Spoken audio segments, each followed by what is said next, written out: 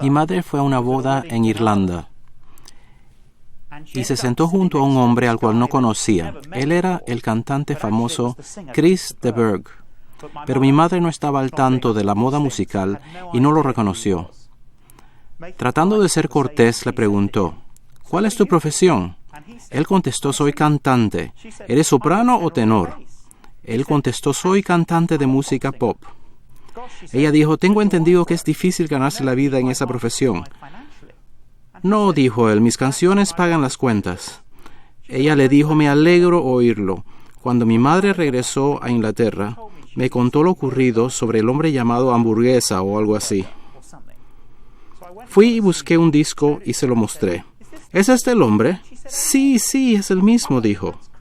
Mamá, es Chris de Burgh, es un cantante famoso, él gana millones. Ella me dijo, cuánto me alegro, él me dio la impresión de que estaba desnutrido. Porque en mi familia, si pesas menos de 80 kilos, estás desnutrido. Para conocer a alguien bien, a veces necesitas una introducción. Y es eso precisamente lo que hace San Marcos en la Biblia. Nos informa para que tengamos una idea histórica sobre quién es Jesús. Y eso es importante porque si no reconocemos quién es Jesús, no podremos relacionarnos con Él. Entonces, ¿quién era Jesús? ¿Un hombre bondadoso? ¿Un hombre milagroso? ¿Un gran revolucionario? El comentario de San Marcos va mucho más allá. Basándose en lo narrado por aquellos que estuvieron varios años con Jesús, San Marcos concluye que Jesús es el Cristo, el Hijo de Dios. Él nos lo dice en la primera frase de su Evangelio. Y recuerda que la palabra Cristo no es un apellido, sino un título. No encontrarás a Jesucristo en el directorio telefónico de Nazaret. De hecho, la palabra Cristo quiere decir el ungido de Dios. Y cuando el apóstol San Marcos describe a Jesús de ese modo, no lo hace a la ligera. Él lo escribió en los tiempos en que los emperadores romanos eran considerados los representantes divinos de Dios. La aseveración de que Jesús era el único representante de Dios en la tierra podría resultar en él siendo arrojado a los leones. Debemos preguntarnos si estamos de acuerdo con San Marcos, porque si lo que San Marcos dijo sobre Jesús es cierto, sería terrible que ignoráramos a este hombre. Bueno, pues, veamos la evidencia propuesta por San Marcos al aseverar que Jesús es sin duda el Cristo, el Hijo de Dios. Pero si lo que San Marcos dice no es cierto, entonces podemos olvidarnos de la cristianidad y seguir nuestras vidas como si nada.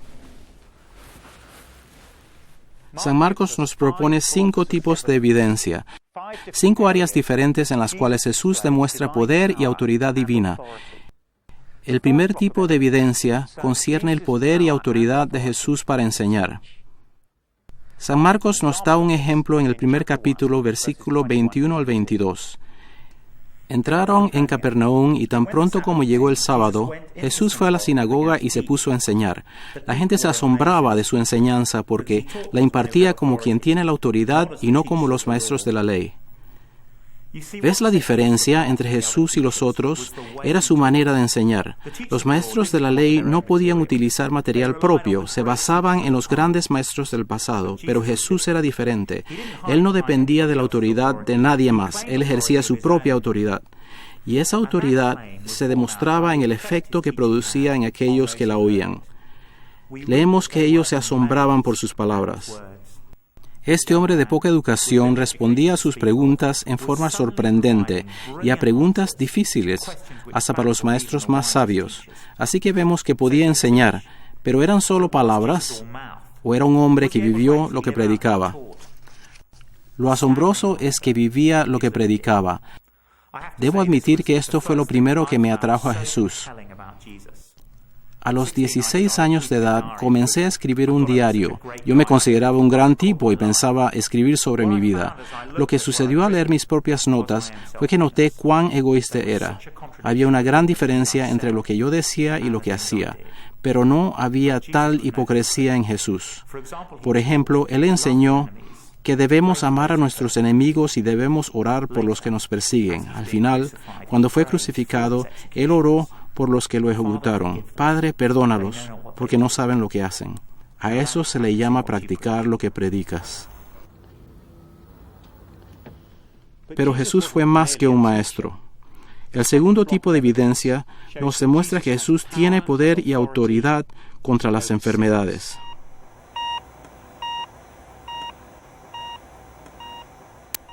Un ejemplo de este poder se ve en el primer capítulo de San Marcos, versículo 29 al 31.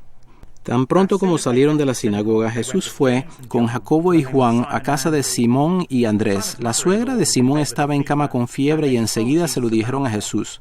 Él se le acercó, la tomó de la mano y la ayudó a levantarse. Entonces se le quitó la fiebre y se puso a servirles. Aquí vemos que Jesús tiene poder absoluto contra las enfermedades. Con un toque de su mano se curó la fiebre.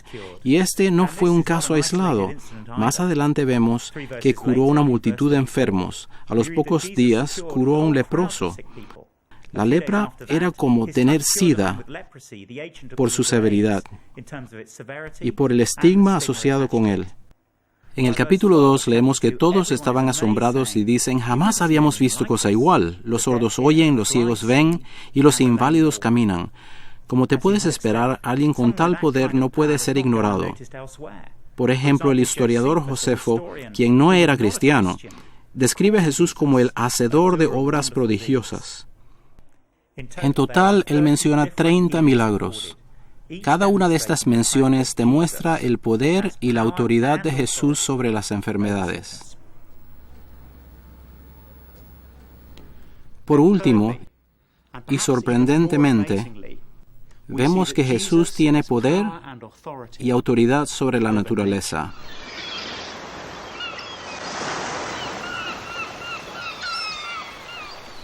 Jesús y sus discípulos están en una barca en el lago de Galilea. Y lo siguiente sucede en el capítulo 4, versículos 37. Se desató entonces una fuerte tormenta y las olas azotaron la barca, tanto que ya comenzaba a inundarse. Jesús, mientras tanto, estaba en la popa, durmiendo sobre un cabezal. Así que los discípulos lo despertaron. Maestro, gritaron, ¿no te importa que nos ahogamos? Él se levantó, reprendió al viento y ordenó al mar, silencio, cálmate. El viento se calmó y todo quedó completamente tranquilo. Inicia un ventarrón y la palabra utilizada más bien significa una tempestad. Las olas rompen sobre la barca y casi los hunde. Los discípulos, algunos de los cuales eran pescadores de experiencia, piensan que van a morir. Aterrorizados, despiertan a Jesús, Maestro, ¿no te importa si nos ahogamos? ¿Y qué hace Jesús? ¿Acaso tomó el timón y los dirigió hacia un sitio seguro? No, él se levanta y simplemente dice, silencio, cálmate. Y al decir esas palabras, la tempestad se termina y todo queda calmo. Como sabrás, toma mucho para que las olas se calmen. Pero Jesús lo calmó totalmente con unas cuantas palabras. Yo ni siquiera podría calmar mi bañera con mis palabras. No me sorprende que la historia termina en el capítulo 41 con estas palabras. Ellos estaban espantados y se decían unos a los otros, ¿quién es este que hasta el viento y el mar le obedecen? Nuevamente, los testigos de este evento se preguntan, ¿quién es Jesús para poder hacer todo esto? Pero en el siguiente capítulo los discípulos son testigos de algo inclusive más asombroso, porque ven a Jesús demostrar su poder absoluto y su autoridad sobre la muerte. Y lo siguiente es evidencia de quién es Jesús. En el Evangelio de San Marcos, capítulo 5 y versículos 22.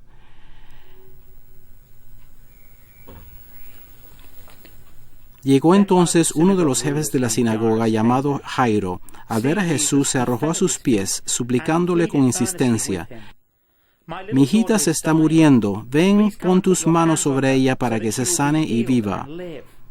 Jesús se fue con él. He aquí a un jefe religioso, jefe de la sinagoga. Su nombre es Jairo. Él agoniza porque no puede hacer nada para ayudar a su hijita que se está muriendo. ¿Puedes imaginarte cómo se sentía? Imagínate su desesperación y frustración. Si una sobrinita tuya o tu propia criatura se encontrara muriendo. Esa es la situación emocional en este caso. Por eso es que muchas personas tratan de no pensar en la muerte. Son como el poeta Sigmund Sassoon, quien escribió: a la edad de 22 me creía indestructible. Lo breve de la vida no es algo que nos preocupa, pero solo pensamos de esa manera si nunca hemos perdido a un ser querido. Morir nunca significó nada para mí hasta que mi padrino murió súbitamente cuando yo era adolescente. Entonces descubrí el dolor que trae la muerte, porque interrumpe la relación con los que amamos, y nuestros seres amados son muy pocos. Recuerdo una carta de pésame que decía: aquellos a los que amamos nunca se pierden. Pero eso no es cierto, y es eso el problema. Sí los perdemos y extrañamos, y ese vacío que dejan es intolerable. Continuemos la historia en el versículo 35. Llegaron unos hombres de la casa de Jairo, jefe de la sinagoga, para decirle: tu hija ha muerto. ¿Para qué sigues molestando al maestro? Sin hacer caso de la noticia, Jesús le dijo al jefe de la sinagoga: no tengas miedo, cree nada más. ¿Quién puede decirle a un padre desconsolado: no te preocupes, confía en mí? O se trata de un hombre completamente confundido, o la voz de alguien absolutamente seguro de su propio poder. Hay que estar muy seguro para hablar así a alguien que acaba de perder a su hija. No dejó que nadie la acompañara, excepto Pedro, Jacobo y Juan, el hermano de Jacobo. Cuando llegaron a la casa del jefe de la sinagoga, Jesús notó el alboroto y la gente llorando y daba grandes alaridos. Entró y los dijo: ¿por qué tanto alboroto y llanto? La niña no está muerta, sino dormida. Entonces empezaron a burlarse de él, pero él los sacó a todos, tomó consigo al padre y a la madre de la niña y a los discípulos que estaban con él, y entró a donde estaba la niña. La tomó de la mano y le dijo: Talita cum, que significa: niña, a ti te digo, levántate. La niña, que tenía 12 años, se levantó enseguida y comenzó a andar. Ante este hecho, todos se llenaron de asombro. Tendrían que estarlo, sin duda. Jesús les dice que la niña no está muerta, sino que duerme. Entonces toma su mano sin vida y dice: levántate. Y ese padre recupera a su hija querida, a quien daba por muerta. El mensaje es claro. Para Jesús es tan fácil resucitar a los muertos como lo es despertar a los que duermen. Entonces, si este hombre tiene poder sobre la muerte, ¿cómo podemos decir que no es relevante en nuestras vidas? Porque la muerte es algo que todos vamos a tener que enfrentar. De seguro sería una locura ignorarlo o decir que no estoy interesado en esto, o que es un tema aburrido, o que está bien para ti que creas. Un buen día tú y yo vamos a morir. Lo que nos debemos preguntar es: ¿puedo confiar en Jesús con mi propia muerte?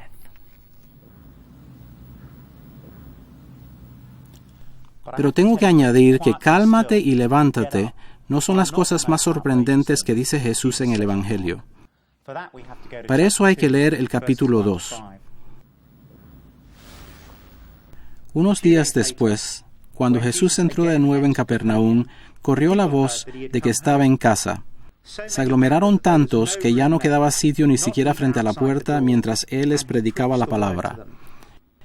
Entonces llegaron 4 hombres que le llevaban un paralítico. Como no podían acercarlo a Jesús por causa de la multitud, quitaron parte del techo encima de donde estaba Jesús, y luego de hacer una abertura, bajaron la camilla en la que estaba acostado el paralítico. Al ver Jesús la fe de ellos, le dijo al paralítico: Hijo, tus pecados quedan perdonados. Estas sí son palabras extraordinarias. He aquí a un hombre que aparentemente quiere ser sanado de su parálisis, pero Jesús le quiere sanar de sus pecados. ¿Por qué piensa Jesús que sus pecados son más importantes que su parálisis? Para comprenderlo, debemos entender lo que la Biblia quiere decir con la palabra pecado. Hace algún tiempo un periódico publicó un artículo sobre los 7 pecados mortales y decía lo siguiente: hoy en día el pecado ha perdido su punzada. Unos pecadillos son considerados como una travesura de adultos. Es algo que produce un shock delicioso a través del sistema. Eso es lo que muchos piensan del pecado. No es algo muy serio, sino más bien divertido. Pero la Biblia asevera que no hay nada divertido en el pecado. Jesús enseñó que el pecado es el problema principal del hombre. No es la parálisis o el calentamiento global, terrorismo o la falta de educación, sino el pecado. Pecar no es hacer una travesura, no se trata de lujuria, pereza o lo que sea. No, de acuerdo con la Biblia, pecar es ignorar a Dios en este mundo creado por Él. Es rebelión contra Él al vivir sin tomarlo en cuenta. Tal vez no hayamos cometido adulterio o asesinato, pero todos hemos dicho: yo decidiré cómo vivir mi vida. Y hacer eso es muy serio, porque si yo insisto en ser independiente del Dios quien da vida, entonces al final moriré. No solo aquí, sino muerte eterna, descrita en la Biblia como el infierno. Por eso Jesús considera el pecado de este hombre como lo principal. Y lo que Jesús demuestra es que Él tiene autoridad para perdonar los pecados. ¿Puedes ver lo asombroso que esto era para los religiosos? Estaban sentados allí algunos maestros de la ley que pensaban: ¿por qué habla este así? Está blasfemando. ¿Quién puede perdonar pecados si no solo Dios? Para ellos estaba bien llamar al paralítico pecador. Todos somos pecadores. El problema era con Jesús al decir que Él podía perdonar pecados. Si pecar es ignorar a Dios, entonces solo Dios puede perdonar los pecados. Si cometemos una falta contra alguien, solo esa persona puede perdonarnos y nadie más. Nadie más tiene derecho o autoridad para decir: oye, está bien, te perdono. La pregunta es: ¿tiene Jesús la autoridad para perdonar los pecados? ¿O es una blasfemia, como dijeron los religiosos? Para contestar a esa pregunta, Jesús hace algo maravilloso. En ese mismo instante, supo Jesús en su espíritu que esto era lo que estaban pensando. ¿Por qué razonan así?, les dijo. ¿Qué es más fácil, decirle al paralítico: tus pecados son perdonados, o decirle: levántate, toma tu camilla y anda? Pues para que sepan que el Hijo del Hombre tiene autoridad en la tierra para perdonar pecados, se dirigió entonces al paralítico: a ti te digo, levántate, toma tu camilla y vete a tu casa. Él se levantó, tomó su camilla enseguida y salió caminando a la vista de todos. Ellos se quedaron asombrados y comenzaron a alabar a Dios. Jamás habíamos visto cosa igual, decían. Para probar que Él tiene poder y autoridad divina, Jesús sana al paralítico inmediatamente, con unas cuantas palabras. Los que se encontraban en la casa quedan totalmente asombrados. Y este no es el único milagro. No lo hace a manera de espectáculo mágico. No, este no es al único que sana. Lo repite con varios otros para probar quién es. Él está actuando con toda la autoridad y poder de Dios, para que nosotros lleguemos a esa conclusión.